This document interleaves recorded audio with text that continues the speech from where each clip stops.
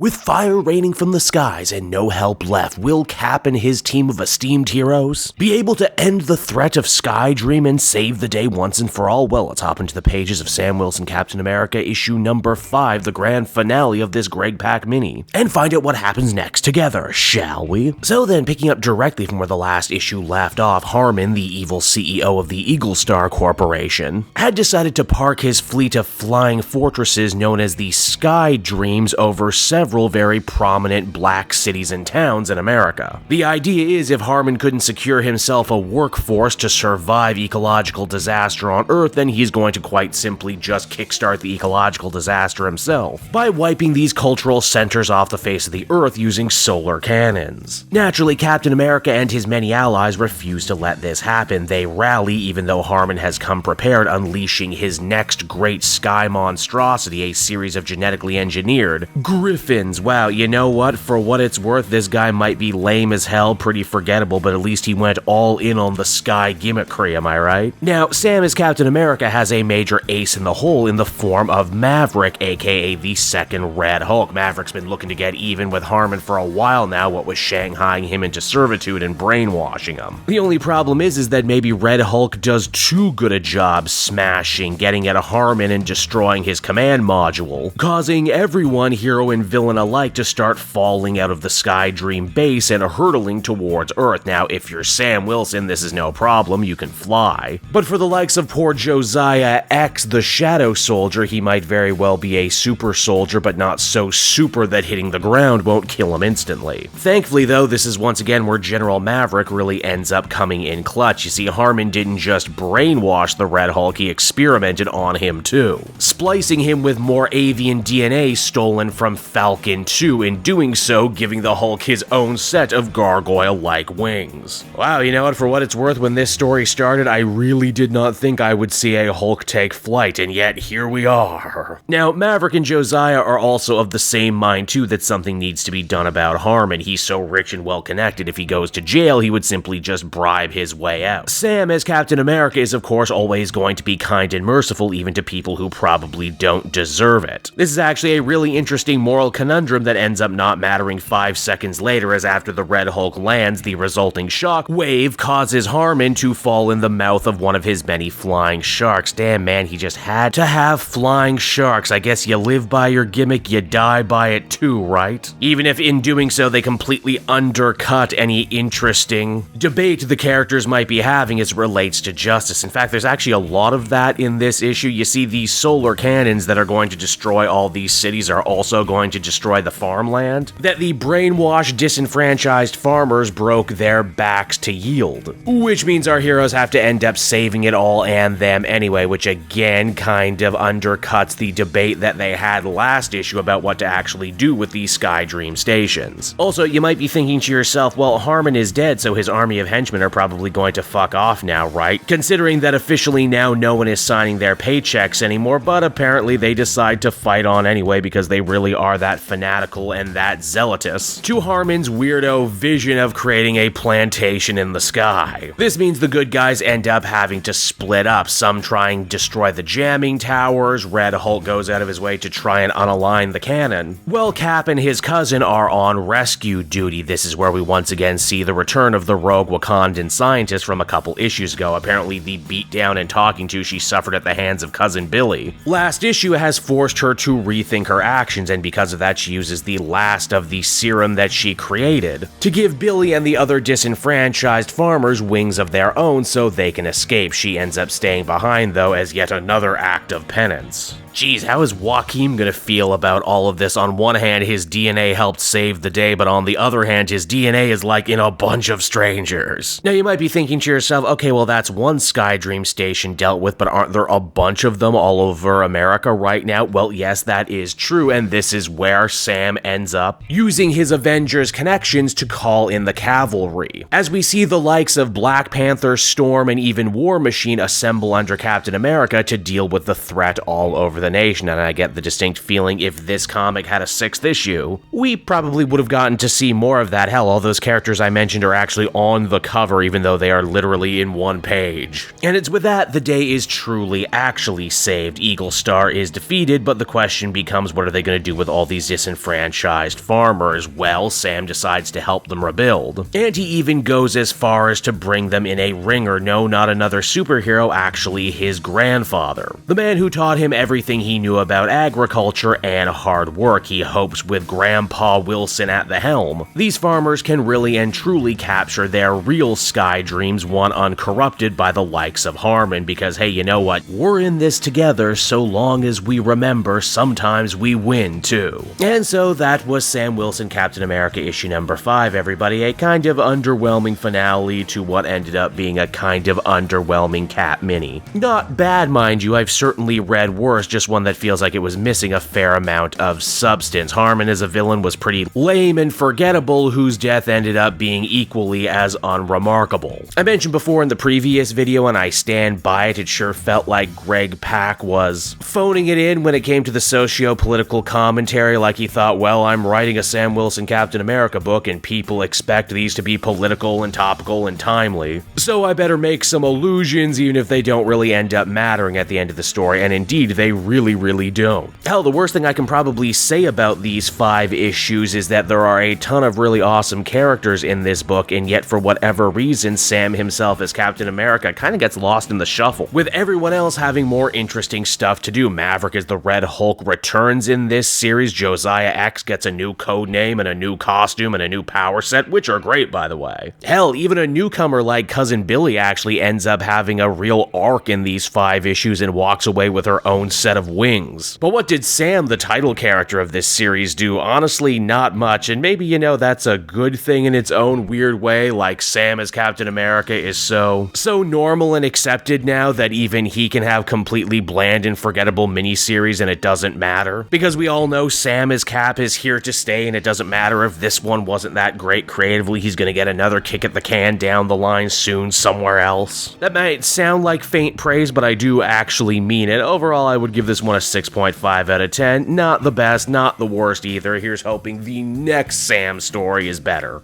Hey there everyone, it's your old pal Cape Jewel again, thanking you so much for watching to the end of the video. I hope you enjoyed it, and if you did, why not check out my Amazon link down in the description. Yes, that's right, the Cape Jewel channel officially has its own Amazon storefront now. You can pick up a comic or anything else for that matter, and if you did, you'd really be helping me in the channel. So with that out of the way everyone, I will see you again next time. Bye-bye.